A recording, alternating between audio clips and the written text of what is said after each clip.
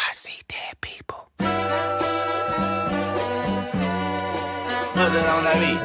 Aye, monster on the beat. Debo, any rap. He a freak throw, man down. Call like Amber Lambs. Tell him breathe, bro. Nella to the cross. What's up, Trap History fam? It's your host, the Project Professor, aka the Hood Historian, back with another eye-opening journey through time. Today, we're diving deep into the ongoing hip-hop beef between Kendrick Lamar and Drake, which has sparked a heated debate about the depth of black culture in Canada versus the West Coast. Many U.S. fans argue that the West Coast's legacy runs deeper, but hold up, we're about to flip the script.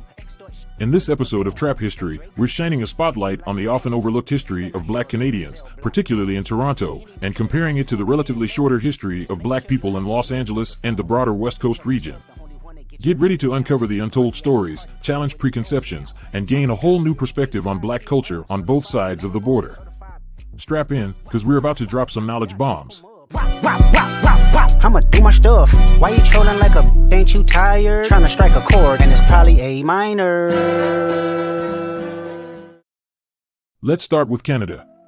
Did you know that Canada played a crucial role in the Underground Railroad, providing sanctuary for thousands of enslaved African Americans seeking freedom? Cities like Toronto became havens for fugitive slaves, contributing to the rich tapestry of black history in the Great White North. Check this out, over 30,000 enslaved Africans escaped to Canada via the Underground Railroad between 1800 and 1860. That's right, thousands of brave souls risked everything to find freedom in the land of the maple leaf. In Halifax, Nova Scotia, the community of Africville emerged in the 19th century as a vibrant settlement of predominantly black residents. Despite facing systemic racism and neglect from government authorities, Africville thrived as a close-knit community with its own churches, schools, and businesses. Its eventual destruction in the 1960s symbolizes the ongoing struggle for racial justice and preservation of black heritage in Canada.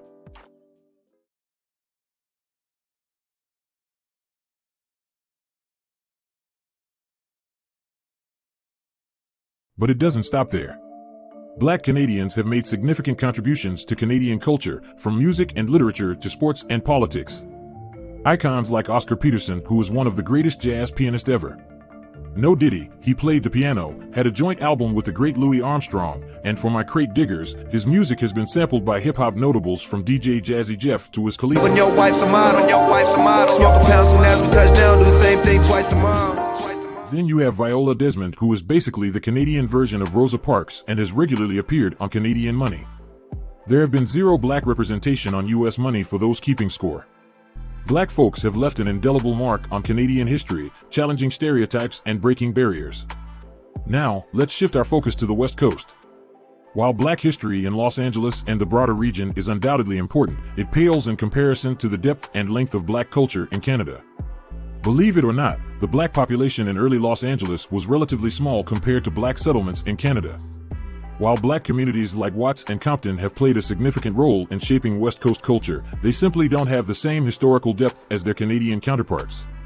The first black settlement in Toronto, known as the Elgin Settlement, was established in 1849 by Reverend William King, a former slave from South Carolina. The settlement provided refuge for escaped slaves and free blacks, contributing to the early black community in Toronto. The first black settlements in Los Angeles emerged in the late 19th century, primarily in areas like Biddy Mason Park, which became a hub for black residents. However, these settlements were established later than those in Toronto. In fact, the majority of black people just recently began to move to the West Coast during the mid-20th century, particularly during the period known as the Great Migration. This mass movement of African Americans from the southern states to urban areas in the North and West occurred primarily between 1916 and 1970. However, significant migration to the West Coast, including cities like Los Angeles, San Francisco, and Oakland, occurred mainly during the mid-20th century, with a notable increase in the decades following World War II. K-Dot burst onto the scene, urging certain women not to kill his vibe. Since then, the notion of vibes has permeated West Coast culture. However, what many overlook is that the concept of vibe originated as Caribbean slang. Toronto, with its vibrant Caribbean scene, was vibin' long before the term became synonymous with California cool. The city's rich Caribbean heritage, dating back to the mid-20th century, has infused its cultural landscape with a dynamic energy that resonates to this day. Beginning in the post-World War II era, Toronto experienced a significant influx of Caribbean immigrants, particularly from countries like Jamaica, Trinidad and Tobago, and Barbados. These immigrants brought with them not only their vibrant traditions and music, but also the concept of vibes as a fundamental aspect of social interaction and expression. From the pulsating rhythms of reggae to the lively celebrations of Carnival, Toronto's Caribbean community has long been at the forefront of shaping the city's cultural identity. The dreadlocks you see today worn by Californians like Snoop Lion, Mozzie, and Ty Dolla $igns, not to mention the ganja culture often associated with the West, was all being done in Toronto decades before Cali.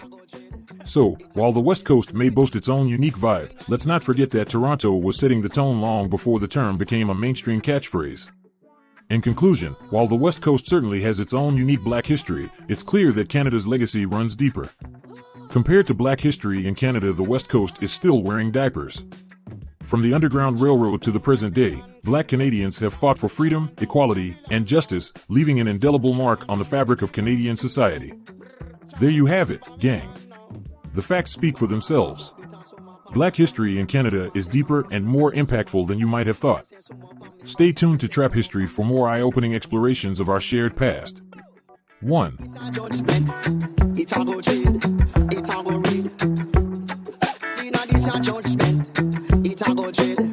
It a go red, red hot. In a this a judgment.